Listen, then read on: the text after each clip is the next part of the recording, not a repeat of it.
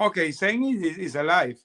Hey guys, welcome into another edition of Make Every Second Count Live. Sorry for the late start. I know that I have people waiting for the show to start, but we had some technical difficulties.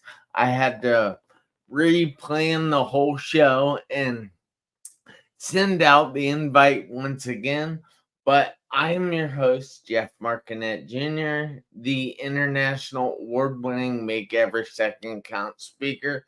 And I am so honored, so excited to be here. Tonight's show is going to be a huge show, and I am definitely pumped up about this one. So, we ask you if you would please like, comment, and share. And don't forget to keep those comments coming because we like to have a conversation, not just make a presentation. But I happen to want to get kind of started here. So I'm going to ask Mr. Jose if he would go through a short introduction about himself, and I would absolutely enjoy that. Thank you, Jeff, for having me. And well, by the way, technical issues always happen. So, yeah, I'm a dual citizen, Venezuelan born. I was born in Venezuela. I came here to the U.S. some a lot of years ago. I began my career in the oil and gas in Venezuela and continued here in the U.S. I finalized my career working in a oil and gas company here called Citgo Petroleum, and that was the end of my career. And but I went through a very dramatical event that I will tell later on that pivoted my career.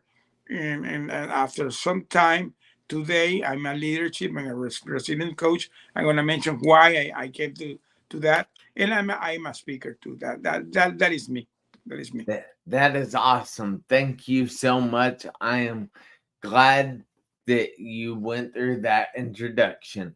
Now, I happen to know from my own personal experience of being in a car wreck and in a coma 2.5 months and in the hospital 3.5 that life often puts things in the way, Yeah. often tries to hold you back, tries to stop you from getting any higher on the ladder of success.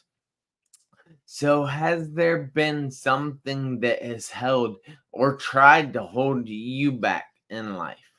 Oh yeah, yeah, definitely. The situation that I went through was something. Maybe everybody has their own story. For example, your story is a very dramatical story, and maybe it had took maybe 6 months. I don't know. My situation, that what happened is that, as you said, sometimes you think you have your life okay. I was in the pinnacle of my career. I was getting retired. I was thinking that I was closing a chapter in my life and beginning a new life, but life doesn't happen that way. Sometimes come things like it happened to me. I was called to a meeting, a last minute meeting to Caracas, and it became to be an ambush because they were having some issues between the U.S. government and the Venezuelan regime. That was in 2017, and we became an international hostage. We were accused to be spies, and our situation lasted during 5 years. So a parent meeting that I was going to go back and forward, come back to my house and get retired the next month happened to be a 5 year hostage situation. So Wow. that's what happened in life. That sounds crazy, and I am very honored that you were on here to share that story because I don't even know what I would do with 5 years in captivity. Oh, excuse me. So what was those 5 years like? I mean, were you a prisoner or Yeah, yeah, we were kept since day one. When we went to that meeting, in the middle of the meeting, erupted the counterintelligence police of that country. That is a Praetorian Guard. This guy took us. They put us handcuffs. We were six guys. I went to that trip with my five top executives. Okay? We were six guys, and we were caught. We were put with handcuffs, and they throw us in a dungeon, a three story down dungeon, a basement, and we stayed there years. And, Yeah. and back and forward, our situation can be going maybe bad or not so bad because we became the political pawns of the relation between the U.S. and Venezuela. So it was a really big deal and accused to be American spies, by the way. Yeah, and this was under the Nicolas Maduro Yes, regime. yes. And then, but unfortunately, this guy is still in office. Yes, and if you Google our case, anybody in the audience that want to know, Google November 21, 2017, that Citgo 6 case, you will see Nicolas Maduro in national TV announcing there were captured six American spies. That was me. And why exactly did they think you were a spy? Well, that was really sham. That was a fake. Oh, The problem, people are not aware that this is something that unfortunately is happening in the world, that these evil countries like Venezuela, Cuba, Iran, the Middle East, these Palestinian guys, a lot of evil people, they take hostages and they use a spawn because they need to lever the situation. They ask for favors or relief of situations. They use you. You become like a human trafficking. They use you. So we were used as a pawn because they were trying to negotiate the sanctions that the U.S. was imposing to Venezuela at that moment. People that are not aware, Venezuela is a communist regime. Nicolas Maduro has a lot of years in there, and Trump administration that year was trying to throw out these guys, and unfortunately has been unsuccessful because the guy is still there. hmm. Wow. Um, that, th- wow. That's all I know to say. And wow. So, what were you guys able to do in this little dungeon or basement during those 5 years? I mean, did you have food? I mean, you had to have food and water, but were you able to like exercise or anything? Well, that's a very smart question because people always think about that. And let me tell you, the first year we didn't do nothing because we were separated. We were in solitary confinement. I was alone by myself in a small place called the submarine. No windows, no water, no food. So the thing that you take for granted, we didn't have it. I lost 100 pounds because I begin to starve. I begin to starve, and the situation begin to go so dramatic that the tense and the situation of the both ambassadors were recalled, and then we were left behind. And at the end, the UN commission flew to Venezuela and began to negotiate, and they begin to relieve after 1 year the situation to us. And 1 year after, we were put together and we begin to receive normal food because during the first year we were eating garbage every 1 or 2 or 3 days when it came, you know. Yeah. That has to be extremely hard. So what in those 5 years did you miss? I mean, did did life goes on when you're in captivity. So what in those 5 years did you miss? Well, of course, today this is something that I talk that I I I miss my family, but at the same time, that sense of the missing of my family was what gave me hope because I miss them so much that I really begin to work hard to survive. So this Yeah. is something that when you go to any situation in life and you went to a dramatic situation to, you put yourself that you need to survive. And that's what I said that we get when you do that. You get that inner force that everybody has inside, that you can do things even over what you think inimaginable. So we did things that today are unimaginable, but we did because we needed to come back in body, in soul, and in spirit to our families. Now, I know you mentioned that there were 6 of you. Yeah. Did all of you guys make it back, and were you all held for the same amount of time? Yeah, we were held at the same amount of time. We came back. One of us, we were six. That's why the press called us the Citgo Six, because we worked to a company called Citgo Petroleum. People maybe didn't know the gas station Citgo Petroleum, where I was the CEO of that company by that time. The CEO. I, I'm in high status now. I was the CEO, and my other guys were the five vice presidents. So we were the CEO and the five vice presidents. So yeah, Wow. we stayed the 5 years. The only thing is that one of us could come back like 9 months before, because when the negotiation began to get serious, they began to have like face-to-face negotiation the last year. The negotiator could bring one of us back 9 months before. So when we came back in October 2022, we came the five rest of us, but we came back the six of us. Yeah, wow. That is crazy. So I'm curious. How did you deal with all this mentally? Well, this is a great question, because, as I said, I discovered that I needed to really stay strong for my family. Yeah. That changed my mindset. And when we were put the six together, we discovered that we had a lot of commonalities. We have wonderful families, wonderful marriage. All of us have 30 plus year marriage. So can you imagine six guys randomly chosen, and all of us have wonderful marriage? So we begin to create a strong bond. Talking about our families and our kids and our wife and our life and our travels, and and we created something because we were executives. We created a plan, a strategic plan to survive, that today I use in my coaching program, by the way. And it was a very comprehensive methodology plan that we stick doing it during the last years.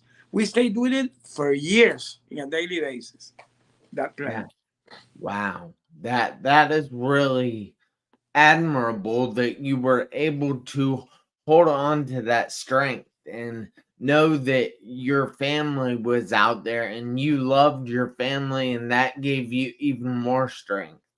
And the family began to supply us food. That is the other thing. After the first year, because in Venezuela there was lack of food. Yeah. Remember, there was sanctions. The country was scrambling. The economy was rotten. There was a terrible situation there, and our family were allowed to begin to supply food. Was a very complicated logistic, because my eldest son flew to Colombia, and from Colombia he began to supply me food during 4 years. 4 years. The good thing with that when we begin to receive the food every 2 3 days from our families, that gave us the message of hope that were fighting for us. But I began to smuggle letters too. I decided to take the risk and begin to smuggle letters through the trash cans, and because we didn't have no communication. Yeah. We were not communicated. We had a phone call 1 minute every from time to time. So I began to smuggle letters, and it gave me a great connection with my wife, because now we're having back and forward letters going on during years. And when I came back, I converted those letters in my book.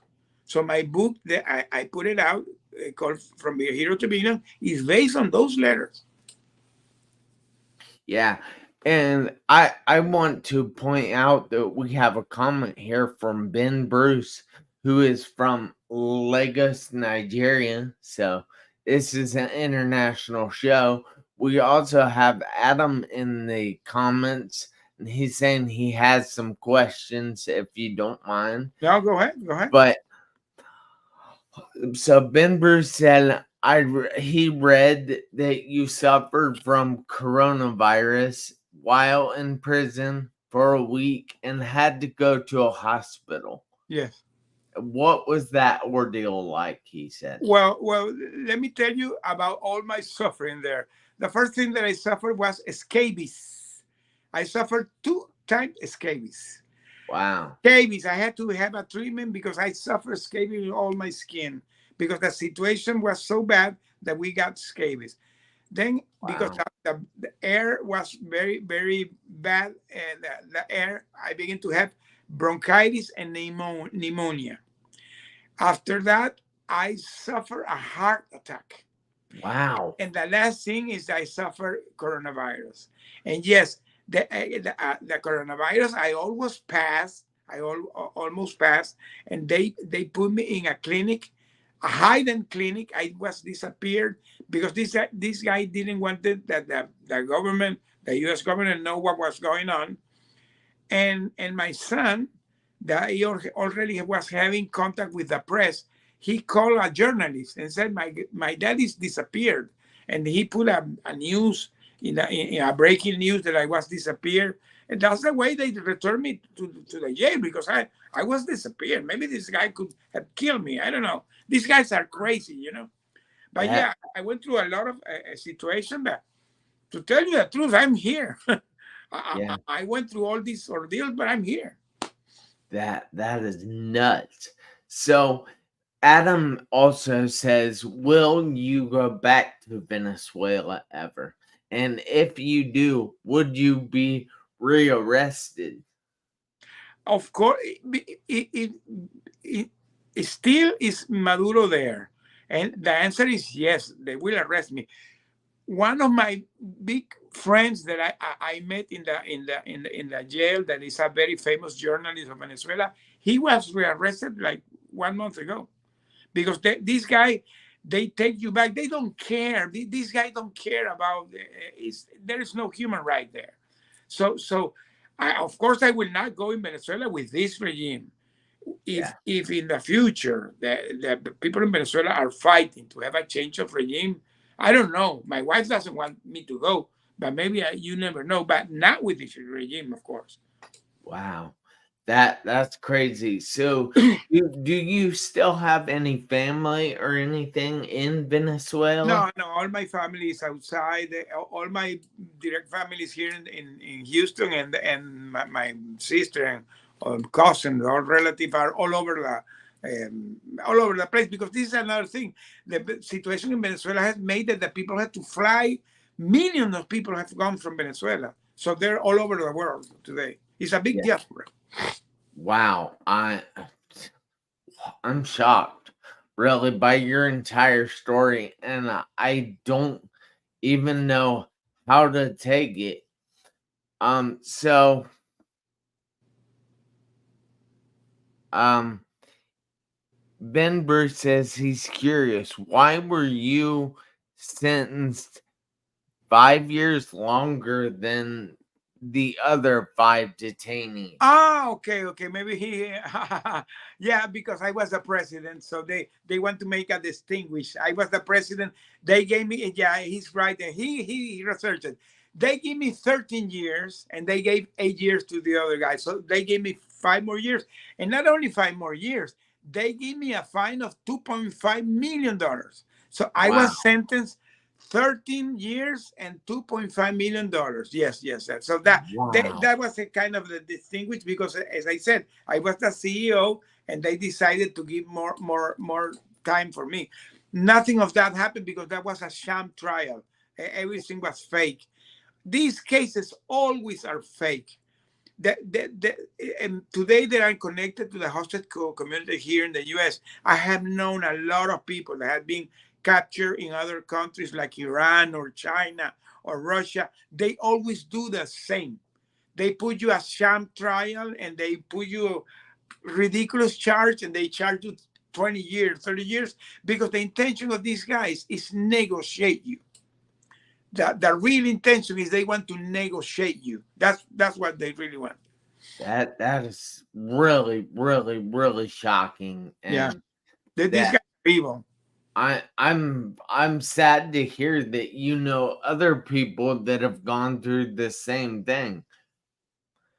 But I since this show is about helping other people in things that they're dealing with, do you have any suggestions for other people to harbor that inner strength that you say is inside them? Yeah, yeah. Very, very interesting question, because I always say that the first thing that people have to embrace resilience. How you embrace resilience is matter of is. I say always that this is a very personal choice. If you decide that when you're going to any situation in life, because situations come, always will come. And you will never know when they're coming, because adversity never announces, my friend. When something is coming, it's coming. You will never get notice of that. So the first reaction is very human. You begin to deny that this is happening to you, but if you get stick there, so there comes that difference. If you decided to say, okay, this is my reality, this is what is going to me. I had to deal with this, and I'm gonna make this out. So there comes the resilience, when because the resilience appears when you're going in adversity.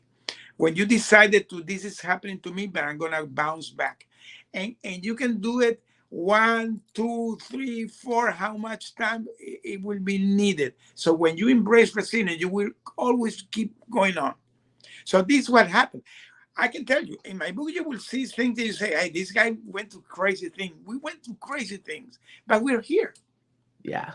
We made it because we were bouncing and bouncing and bouncing and bouncing, and we went out, and we came out. So this is one of the big recommendations that I give to the people. Also connect to three things that for me are very important: your purpose, your family, and God.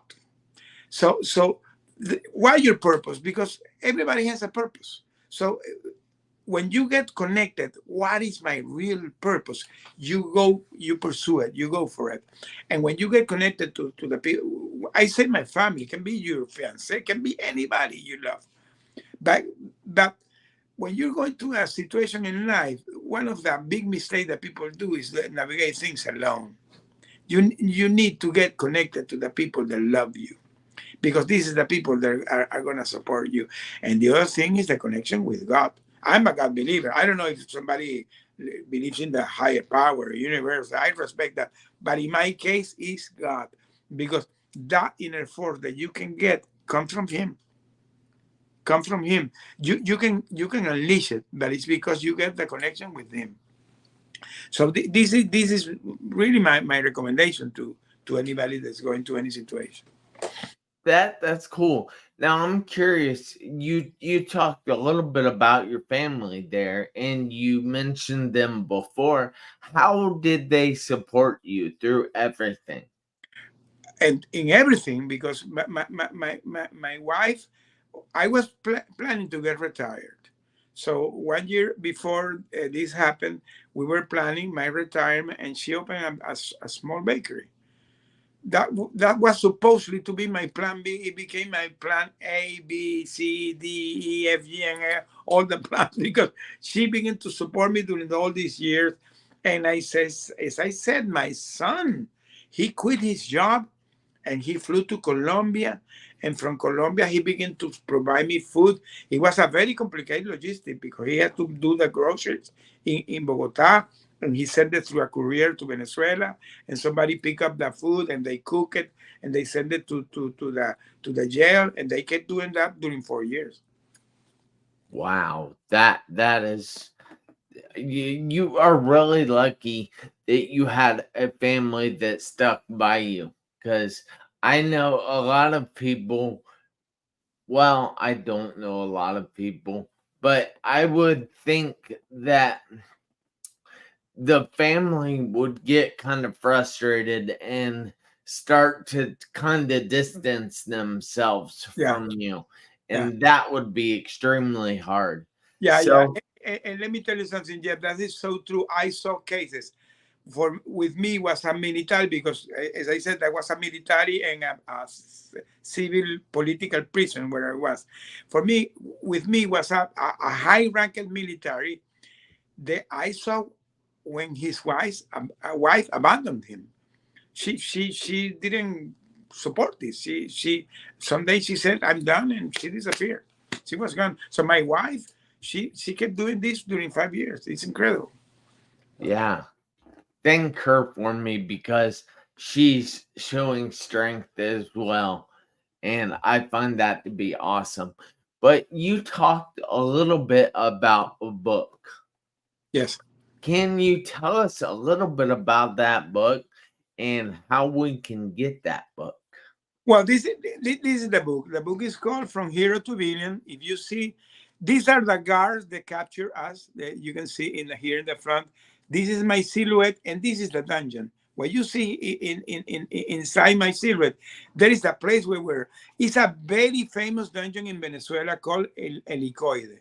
You can Google it. It's one of the most terrible torture dungeons in whole Latin America and even in the world. Even in the world, where I was in that dungeon. So my book, that is this book, as I said, is based on those letters. It has like a three component. The first one is that my story. I'm Yeah. talking here, I deep dive in my story because what happened to me is that when I came back, we were always the Citgo Six. The Citgo Six became like a brand. Everybody was always talking about the Citgo Six. You can go and Google and you will find a lot of news about the Citgo Six. But Citgo Six didn't have faces. I was a face. Yeah.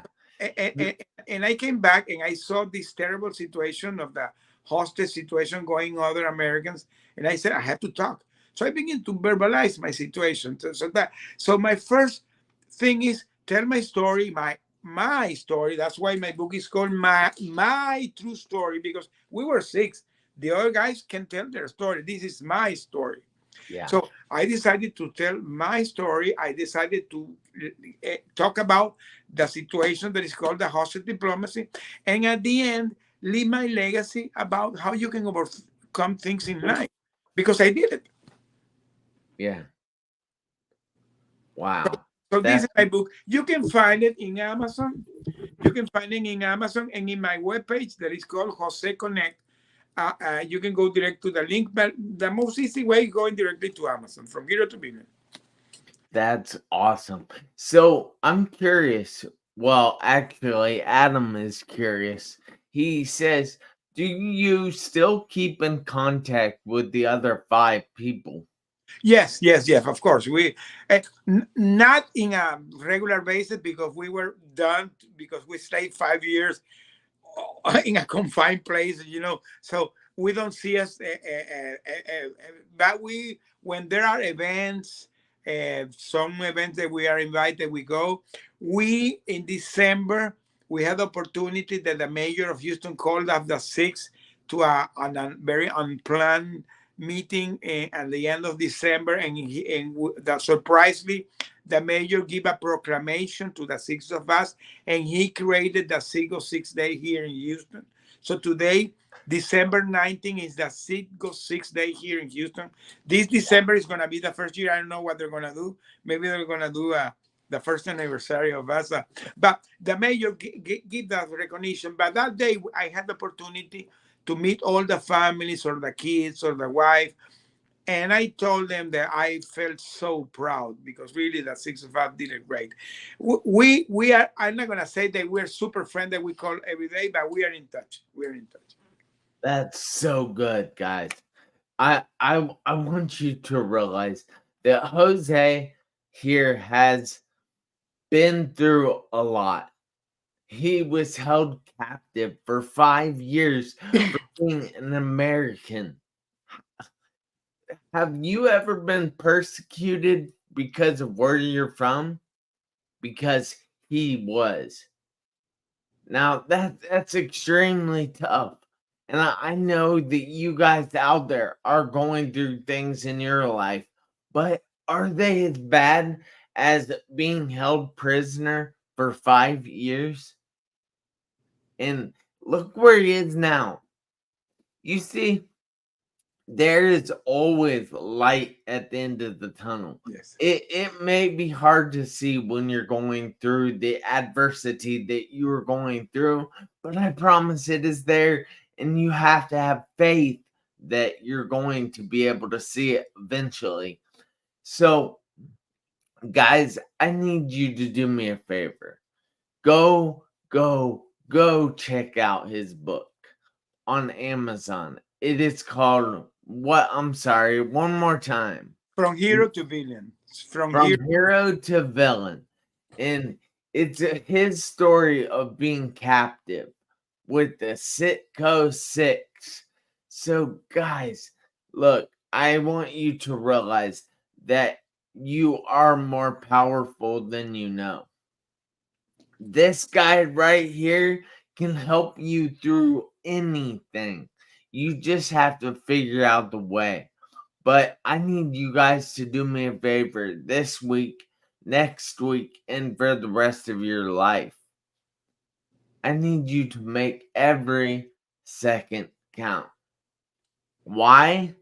Because you never know when something like this is going to happen, or the seconds on your one life are going to run out. But I forgot to ask one question, Jose. How can people get in touch with you if they want to? Well, I have my webpage. As I said, it's very easy. It's joseconnect.com. Jose Connect with double N, joseconnect.com. If you go to my webpage, you will find there my coaching program. I do this coaching that I do today, basically one-on-one session. I also can do collective session, but I'm very focusing sessions one-on-one. I'm doing public speaking. So anybody that have an event, they want to invite me, I'm doing public speaking, talking about this. I have my book there too. You can buy it.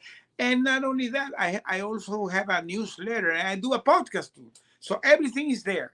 You will see my YouTube channel. I I'm very active in LinkedIn too. I do audio rooms. I because I discovered something that you said, that the importance of the every second count and expressing gratitude. So Yeah. now I try to share as much as possible. Today I feel a passion sharing because this is the way I feel, that I feel grateful because God made a miracle that I could come back and I'm now here with my family. I could restart my life. It was not easy. I'm gonna write a second book about how it's life after you come. Not easy, not easy. It's a journey, but I'm here. Yeah, that is amazing.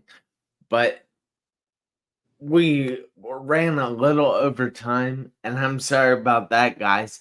But this was a very fascinating conversation.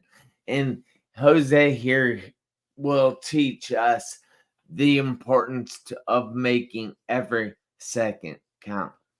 So until next week, guys, I want you to remember that you have to make every second count. And I'll see you back here next Tuesday, 7 p.m. Eastern Time. And until then, have a great night. Thanks again, Jose. Thank you for having me. No problem.